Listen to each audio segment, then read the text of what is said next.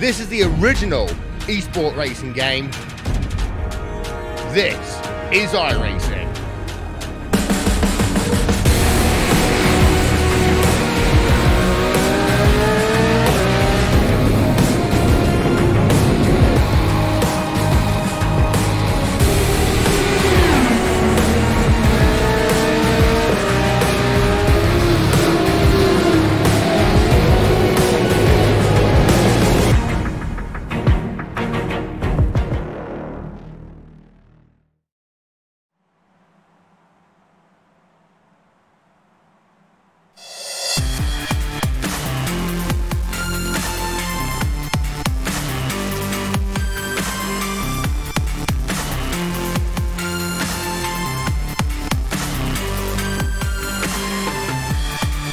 It's Monday night, it's RaceSpotTV. We're here back once again with Monday Night Skippys round number 3 from Imola today. High in the north of Italy, we bring you one of the best tracks for racing these cars. After some very weird rounds we've had recently, we come to one of my favourites personally. And right now, we're looking at some big names returning. Of course, Simon Edwards for Antonides looking back on the grid in their usual spots. Paul Grillo seems to be making a go of this season. He's on track 2, 6th place at the moment in qualifying. Last few moments of qualifying are in fact on the books. Rich Whiteford, Will Vincent joining you tonight. And we may actually get a chance to talk to Paul Smith at some point. He, I believe, is on track racing. In fact, he's in 27th right now. He's qualifying, so we'll hopefully get a chance to chat to him at some point. Of course, you can check him out on his Twitch channel. Will, do you actually know what that is? We'll find out, probably from him at some point, but you should definitely follow him. He's great. But either way, right now, Simon Edwards' provisional pole. The checkered flag is out, so it's looking like that will stick. And we've had an open qualifying session, so stunt drivers could still come across the line and change this one. And Skippys this year has been a very tumultuous series. We've had some first-time winners this season, and we've had a lot of absences from big names. Hopefully we'll see a difference to that tonight. But, given track record this season, that could also change. So we'll have to see exactly what happens here, but keep an eye on Anthony Catt, who's been a standout star this season so far.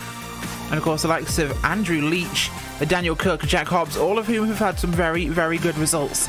We had Summit Point last week, Will, of course. The Summit Point, a very difficult track, but also one of the more fun ones.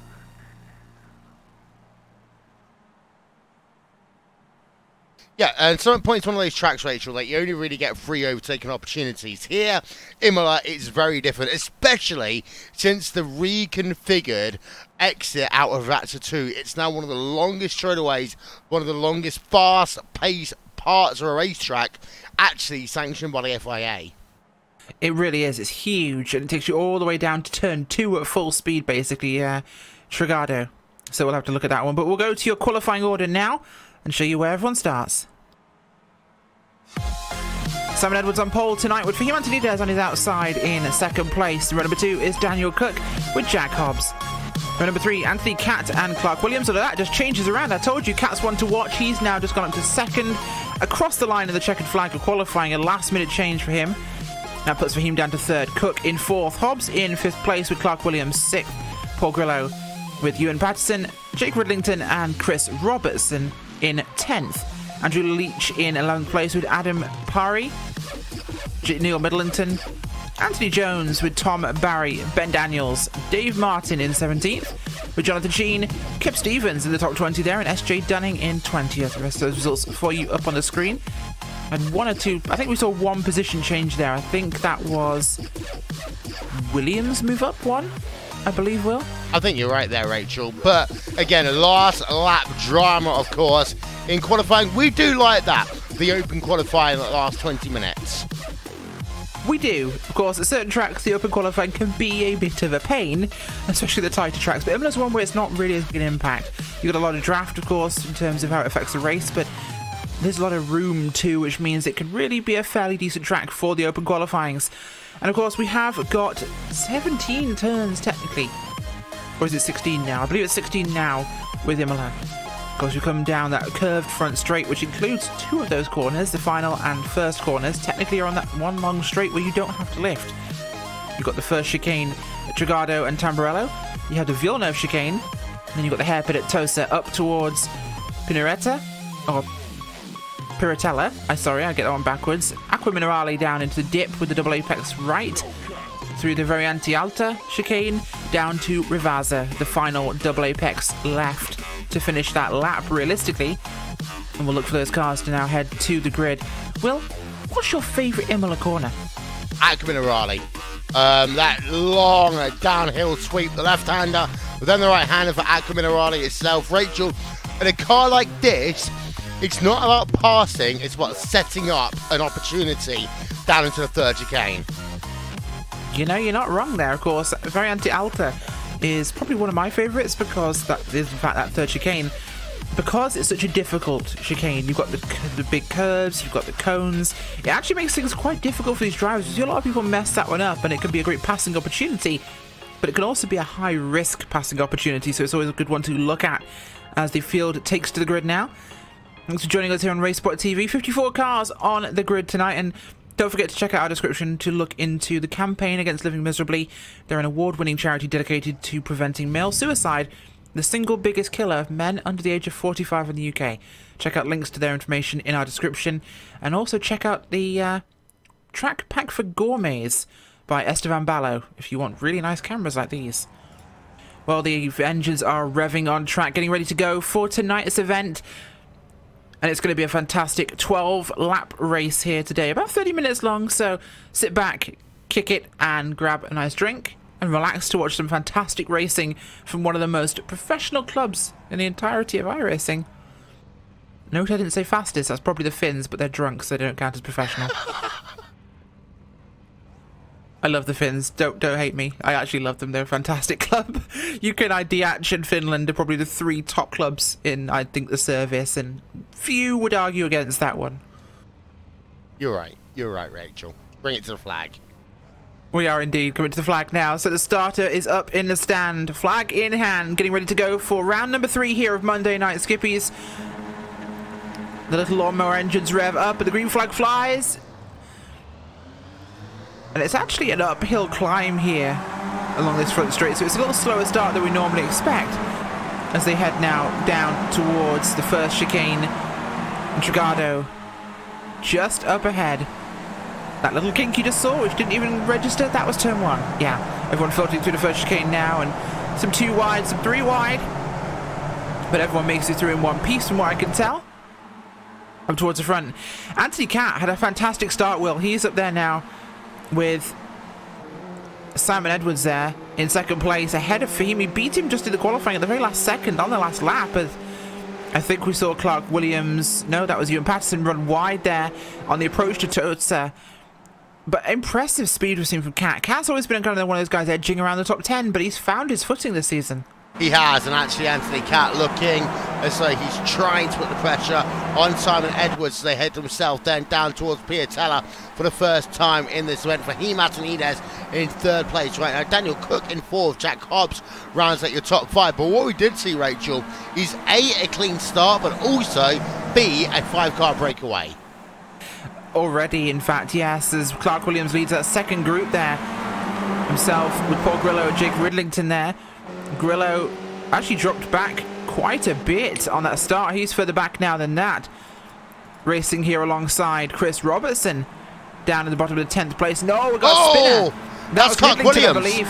Yeah, Clark Williams and Ridlington there. We'll have a look at what happened. It wasn't Clark Williams, it was just behind him, but it was actually Ewan Patterson. I believe Ridlington there. We've got the replay for you. Ridlington in the 41 spins out and gets collects, I should say. That is, I believe, the 22 machine of Ewan Patterson in the Variante Alta. I told you it was a high-risk chicane, and those two are out for the count at the moment. Coming down the front stretch after Rivazza, Edwards, Cat, Anthony Des Cook, a 4-car breakaway at the very front of this thing with Hobbs trailing off the back. And the ability to draft past here is so easy, Will. In fact, we'll look at Cat here. He has the line. Defensive run by Edwards. Holds it to the inside for the chicane. Cat's not going to have quite the overlap he'd want. He backs out for turn 1 to stay in line there. But the draft has always been huge, of course, in that front stretch.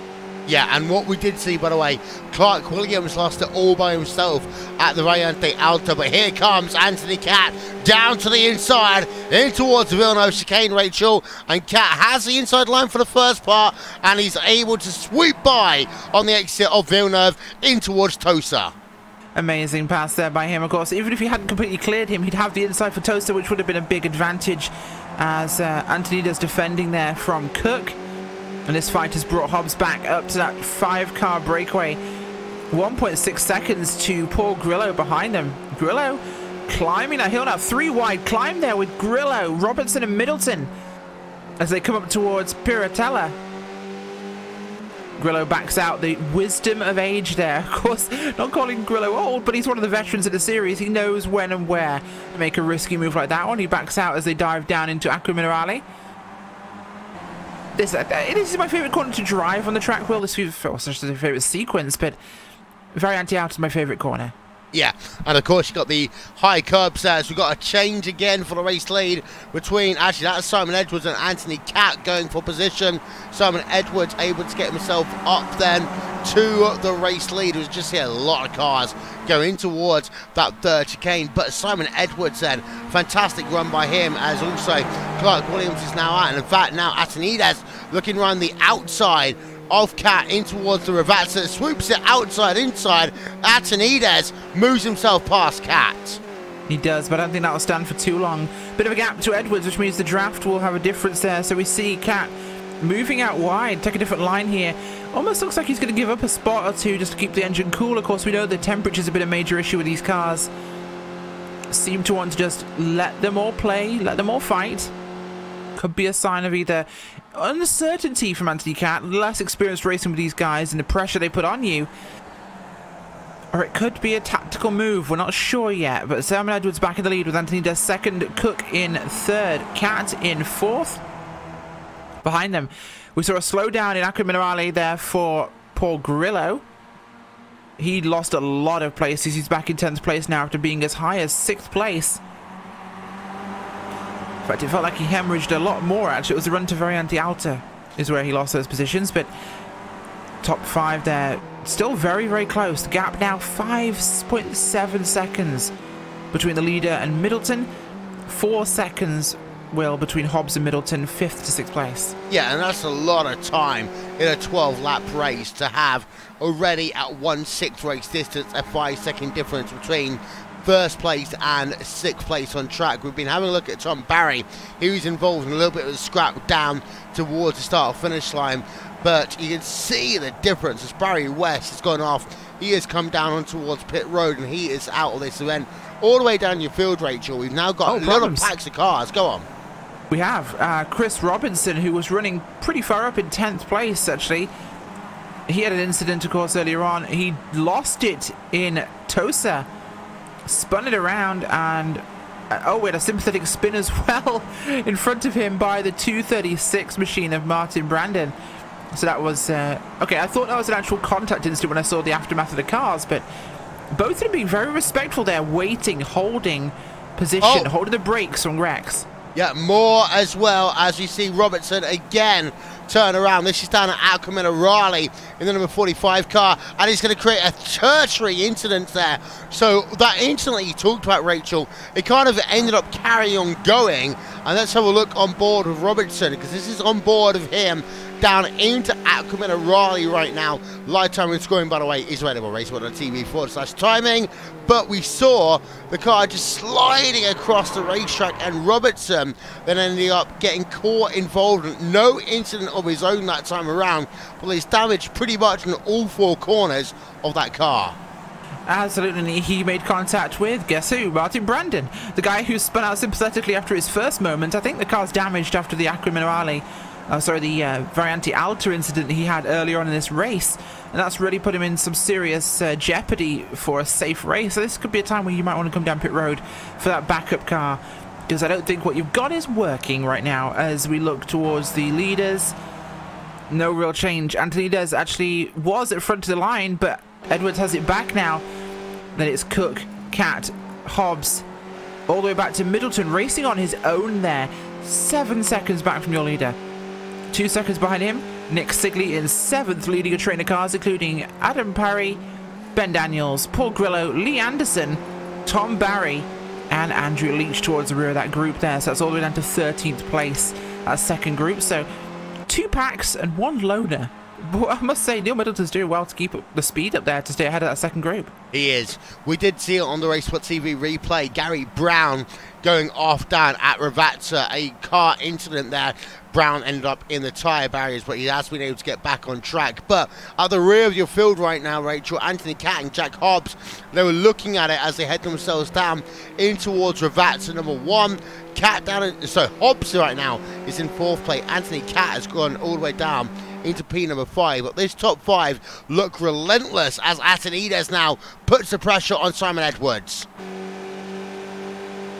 Absolutely is. And looking at the lead group here, look at this, 2 by 2 we go.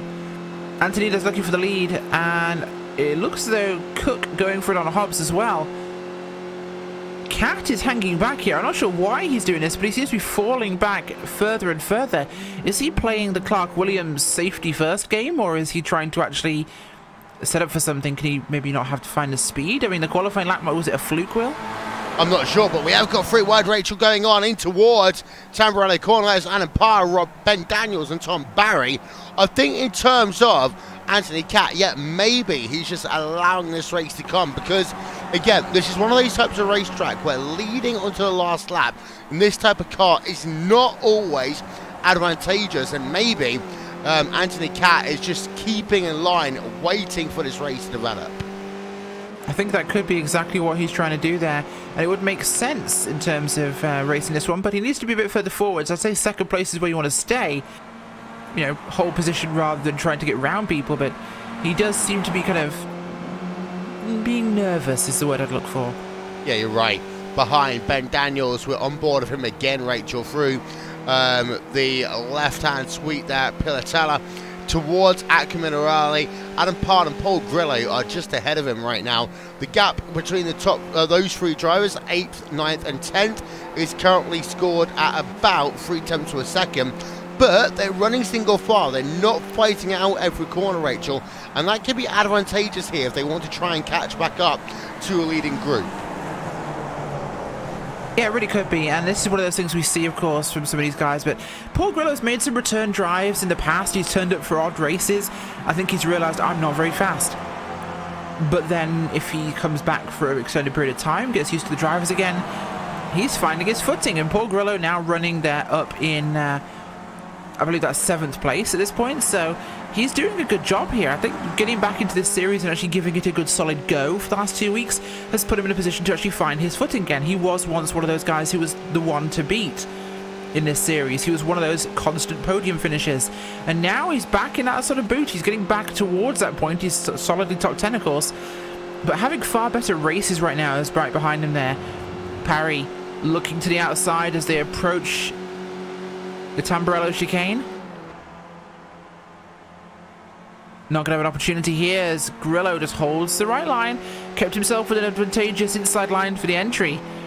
Didn't give Parry the line he would want. Middleton a good distance back, of course, but he's being gained on by those guys, 2 seconds behind him. Lead group. Catt is completely fallen off the back of that group now, Will. He's looking like he's about 1.1 seconds back from the lead group as the top 4 just trot away now. Yeah, and I'm having a look actually at that car. I don't see any damage on the number 19 machine, so I don't really see the fact that he's been compromised in terms of damage to his race car, but he has, you're right, 1.4 seconds back, and at this point, Rachel, you are going to lose the draft. The top 4 drivers have pulled away. It is worth noting, of course, we have seen many a Skip Barber race at the end where we see 3 or 4 drivers out front embroil in a side-by-side 2-wide battle the entire lap, and you do lose 3 seconds a lap or so doing that. So Catt, Middleton, Grillo, Parley and Daniels aren't out yet, but what it does require is the top 4 to start getting aggressive as we head into the second half of this motor race. Yes, he does, and they're doing what they can. Oh! Running wide goes, I believe that was Hobbs. Just chucks it into the sand trap there at Ravazza. Rejoins without any sort of penalties, but he's lost a huge amount of time. The speed costs on the straight. As it also looks like Cook is falling back now from Edwards and Antonides. Antonides leading the way from Simon Edwards here on lap number 7. And we might see a gain here by Edwards, but it might be too late for the corner. It will be. They're coming up to the King for 1. Not sure how that's even qualified as a corner, but there you go. Plenty of American tracks have weird corner naming principles too. We could talk about, oh yeah, turn 2 at Road America, which isn't turn 2. Or turn 3A and 3B down at Sonoma, which is actually a chicane. I will say one thing, Rachel. Hobbs has fallen behind Anthony Cat now. He is 1.7 seconds behind Anthony Cat, so it's now a three-way battle out front. But Edwards and Atenides, how many times on Monday nights have we seen these two drivers go toe-to-toe? Oh, this is a weekly occurrence. I'm glad to see them both back, of course. Edwards has been sticking with it. Got a season champion defending. But seeing Antonides back here with a good hard charge is great to see. He took a week or two off. And it's nice to see him actually back up at the front, fighting for this one. Gonna try and stamp his name on this season. He's got the time to do so.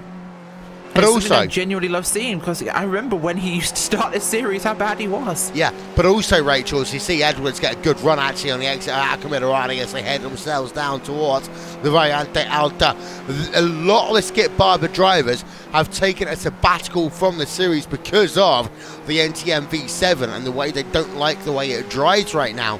So Atenides, who we normally see on Sunday nights as well as Monday nights, he hasn't had the practice that he's used to done. In fact, I will also say that the NTM V7 has been a bit of a leveler between the drivers because it has required a different style of racing and a different style of driving the car to what we're used to as Ben Daniels gets himself past Paul Grillo.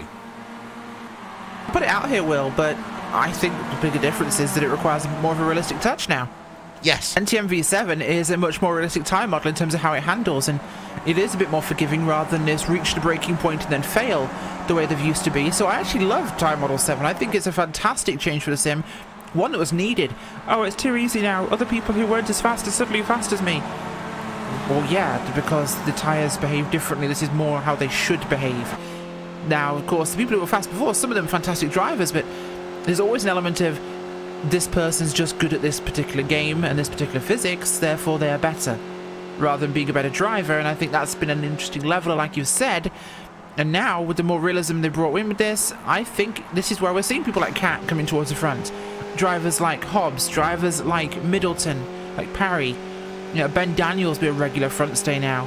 This is because these guys have now got, yeah, there's the level field, which is a big advantage. And you know what the Skippys needed? A level field. The pack racing we have in this series, it went away for a few years with the way the time models changed. Now, it's back and it's great. I will say as well, Rachel, that it's not a case of being able to drive the car at 90% and do a good lap. And I think a lot of drivers knew that there was a way of driving the car at about 90 to 94% and still do a good lap time. Now, you got to drive the car at 98%, at almost the very limit of what the car can do to extract the maximum lap time. It's easier to get to that level, but it's harder to sustain it, and that's actually what these smaller cars are used to doing.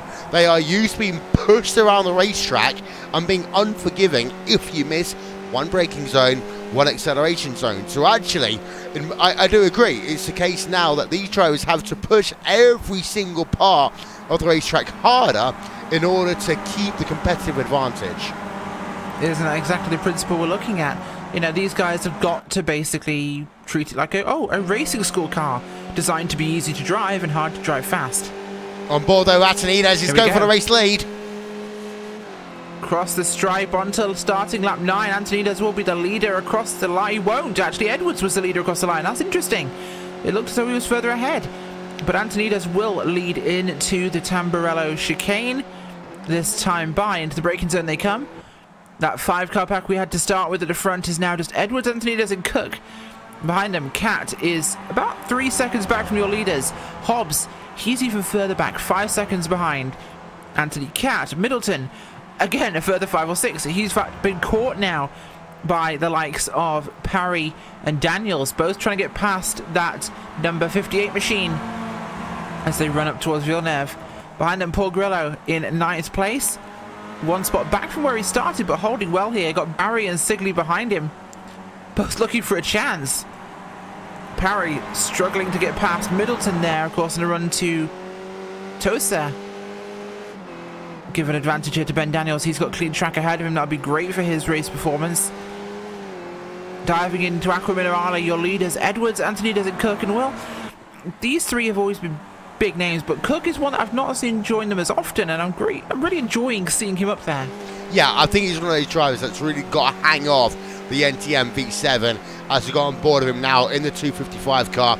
And actually, I think that Cook is going to wait for Antonides and Edwards to fight out those last couple of laps. He's close enough that if the two tangle, and again, we say if, Rachel, these two have tangled so many times, they will have the opportunity to mess up and allow Cook to go past.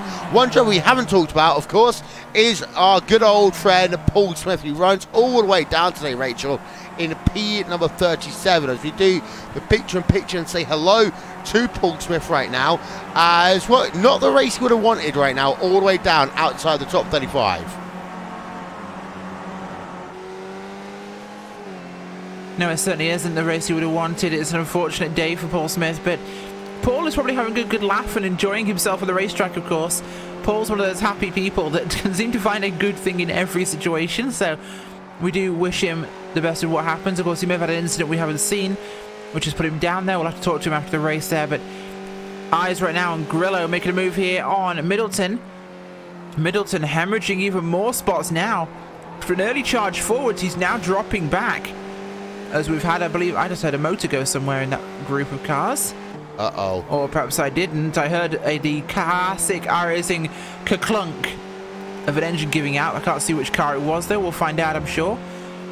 A real dogfight here now as we have a big pack from Prairie backwards. The 15 in 7th place. As I heard that sound again. I'm not sure if I'm imagining things. Well, they'll still keep on going, Rachel, Well, right now. Dirt.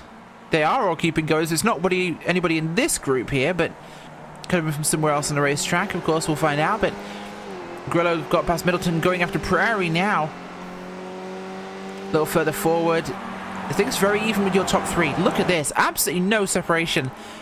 Little gap between Edwards and Antonides, but look at Cook all over Fahim as they run towards Variante Alta now. The final chicane. Seems like Cook's really got advantages last sector of the lap, Will. He has, but of course the next thing, Rachel, is going to be what does Antonides do on lap number 11 or 12 here in this motor race, which is coming up. As Tim Adcock toiling down the timing screens down towards 39th place. Alan Patterson down a position as well over Mark Hesling. But as they come towards the Ravazza curves, the two 90-degree left-handers, Cook remains in that third position. Antonides kind of misses apex for the second part of the Ravazza that time by, and that means we're not going to see a change, I think, in your top three heading in towards Tamburelli Corner with 2 to go. Absolutely, I don't think we are going to see a difference there, but you know, they're doing what they can at this point to get in there. Edwards and Antonides, I think, will be our deciding factor. I'm not sure if Cook will play into this win, but he'll definitely be looking at a podium if he can hang on for another 2 laps here behind them. Unless there's any fall off from the front groups, I think Cat might be out of a chance for a podium this time, but 4th is looking very strong for him unless they really start fighting. Prairie now, Grillo side by side there. Grillo actually got the advantage running in towards the first chicane here. Grillo has that line and takes it in there. Middleton also defending there against Barry and Sigley behind him. Here comes the car of Andrew Leach as well, not to be counted out. Leach wants to get involved in this thing as well. Grillo, though, now you can count him up in the 7th place. He's got a good advantage here, and Ben Daniels isn't too far ahead of them. He's not sure 2 laps worth, but it's close. It's worth noting, by the way, Rachel, that Daniel Cook has the fastest lap of the day, a 202.762. We're on board with Leach. He's going to try around the outside in towards Toaster Corner. Cannot do anything. But yeah, you just talked about that 4-way battle going on. And actually, I would say that Tom Barry is best placed out of that one because he's had a good run so far in this event. He does drop back, though, on the run down into that left-hander before Ackerman Arali. But out front, Rachel, with a lap and a half to go, 2 car lengths between P number 1 and P number 2, 2 car lengths between P number 2 and P number 3. It is so close right now between these guys, as it's absolutely, look at this, there's almost no difference. It's just identical. To see this sort of performance after 11 laps here on the racetrack, Will, as they come through Ravazza, maybe Cook could be in with a chance. Maybe he's holding back here and letting them play, but we've always known the draft potential and handling of the Skip Barbers means that if you have a car in front of you, you're going faster, therefore the drivers behind you won't be able to pass. It's always been a second place car that can pass for the lead. Third tends to suffer, but as we say that, look at this, 3 wide into turn 1. Cook finally pounces on the last lap. Look at this, round the outside he'll go. Has the inside line for the first corner out of nowhere. Daniel Cook. I was going to say, Rachel, as we see still 2 wide, and here comes Atenides back out to the front as they exit through towards the corner now, down towards Villeneuve. It is Atenides. Edwards has got the inside line in towards Villeneuve chicane. This is where it's all going to pick up. But now, Rachel, the next key overtaking opportunity is down into your favourite third chicane. But if you're Cook or you're Edwards now, you now need to start timing the moves with 2/3 of a lap to go. Oh, absolutely, absolutely. And that's exactly what you didn't want to see happening there, of course. But that was a little bit more than perhaps... I mean, I thought that was, for a moment there, I thought Daniel Cook was going to be the Randy Orton of the Skip Barbers this race, and RKO out of nowhere, but I think that was more like the RKO and Nia Jax, as it kind of looked like it was going to work and then just completely failed. Yeah, of course, it is WrestleMania week coming up here, but here we come then in towards Variante Alta, and Edwards has got Atenides to his outside. Edwards holds on here, Rachel. Bring it home as we come down in towards Ravazza. There's still another chance here, of course. The draft can be a huge factor here, and Atenides is in a great spot to take advantage. If anything, being second is best for him right now. There's a chance to pass at Ravazza, but I wouldn't take it if I was... Okay, he's going to take it. I was going to say I wouldn't take it if I was Atenides and want to use that draft from second place. He's going to set himself up for a good fast exit here. He has to focus on that exit speed, not getting too close in the apex to Edwards to get the overspeed there. He has the speed. We'll see if he can close in time now. There's not a lot of track left. He's not closing in fast enough, I don't think. It's going to be all said and done here. Simon Edwards across the line will take it at Imola. Atenides second, and a fantastic drive from Daniel Cook in third place.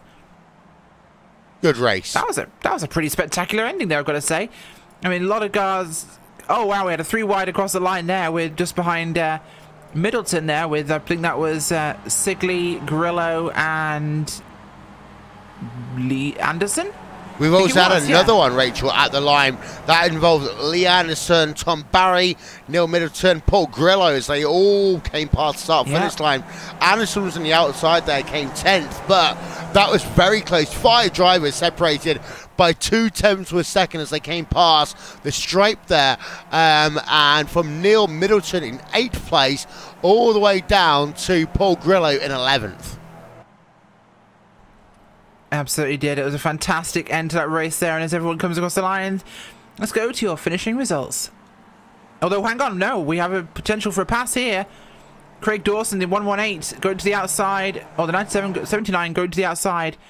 76, even Christopher Keeble going to the outside of Craig Crawford. Oh, it's neck and neck. Oh, he just missed out there. Keeble nearly pipping him at the line for 28th position there. That could have been a fantastic result. We'll go to your finishing results. Simon Edwards brings it home in first place tonight, with Atenides putting up a strong resistance in second. Fantastic result there for Daniel Cook in third, with Anthony Catt in fourth. Jack Hobbs in 5th place. Ben Daniels in 6th, with Adam Parry, Neil Middleton, Tom Barry, and Lee Anderson in 10th. Paul Grillo 11th, with Andrew Leach, Nick Sigley, Lorne Murray, and Kip Stevens in 15th. Anthony Jones, Tony Stack, Chris Morris, Dave Kirkman, and Mark Woodhouse in 20th. The rest of the results on your screen as, well, Imola never seems to fail to entertain us. No, it's always been a great motor racing venue ever since it first hosted the European Grand Prix back in 1981. And great race here today, of course, on Monday Night Skippys. It always does bring out the goods. Also, Rachel, a lot of drivers finishing on the lead lap as well. Over 35 drivers, in fact, 42 drivers, I believe, finishing on the lead lap here today. Yeah, that's a huge result for these guys in terms of their performance. One they should all be proud of, as that was just incredible. performance from these guys. Loved seeing a race that does this where everyone's staying so fast around the track. And we have got the chance to chat to Fahim Antonides now, who came home today in second place. Fahim, that was pretty hectic at the end. Yeah, it was really enjoyable, wasn't it? It's not the same Skippy as it used to be. The draft isn't as powerful down the start-finish straight to outdraft somebody onto the to the finish line. So you've got to be in the lead on the last lap to be able to do this. So that's what I tried to do. I tried to hold off until the final lap. Got myself into the lead going into the first of the two chicanes. I'm surprised that we made it through because there was 3 of us going through there, and it was great awareness by the other 2 guys as well to avoid us connecting. And then from then on, I thought, I've got it sewn. But then when Simon and I went side by side through Piratella, the fast left-hander, I thought, well, I'll be on the inside, he's going to be on the outside, so I'll have the inside line. But unfortunately, there's quite a lot of track there, so he was able to go quite wide and then come back onto the track and still stay parallel to me, which of course meant that he would have the inside to Aqua Minerale, and from there on it was going to be 50-50. It's a shame someone has to win, because I thought the 3 of us raced in a way that we all deserved to win. Absolutely, it looked exactly like a situation where this time we don't have 50 scuff between you and Simon after the race, so I thought it was a good one. It was a very fair fight between the 3 of you, of course, and as you just said, Simon, what about your side of things? I was just having fun. That was really good fun. Well, there you go. Really good fun. So for once, we don't have the little fisticuffs in the commentary booth after the race, and I'm glad to hear that, of course. And are we seeing both of you pushing for the championship this season?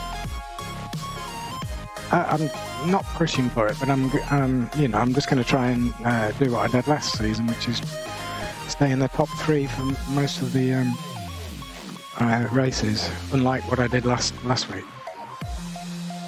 Okay, I'm gonna to you, Fahim? Well, I haven't done really. I think I missed one of the races, and the other 2 races I got caught out by this, or the other race. I don't know how many we've had so far. I think we've had 2, right? I've missed one, and the other one I spun out on the first corner because of this new funny handling Skippy, and that kind of really dejected me. And I know that they put out the word that they're going to be putting out a patch to fix the handling issue on the car mid-season. So I think I'll just come in and have the odd race, which on tracks which I like this one. Just to keep my eye in until they fix the Skippy properly, which will be next season. So I'll give it a proper run next season. Fahim, for a moment, very quickly, can you explain what your opinions are in terms of the Skippy and what you classify the issues to be in this season's model? Well, I think what they've done is obviously they've used the Skippy as the test bed for the new tyre model, the NTM7. So the Skippy community has become almost, if you will, the beta testers for the tyre model. Now, NTM7 is a slick tyre model, right? And the Skippy runs on groove tyres. Exactly. So, in fact.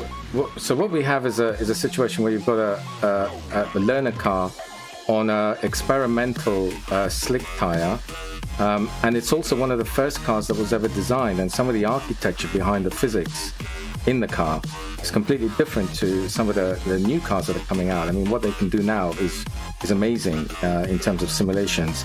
So they're forever building on old architecture, which is the Skippy, and the NTM7 has really spoiled the cold tyre handling of the car. So for example, if you oversteer on cold tires and you try and countersteer to catch the car, it actually makes the oversteer worse, and that goes away once the tires warm up. So there's something, the physics model is a little bit broken until the tires warm up, and that's the issue at the moment. Well, thank you for that. Rachel, back to you. Indeed, thank you very much. Simon, can you give an input perhaps on what you think of the new tyre model? Is it the same as Fahim?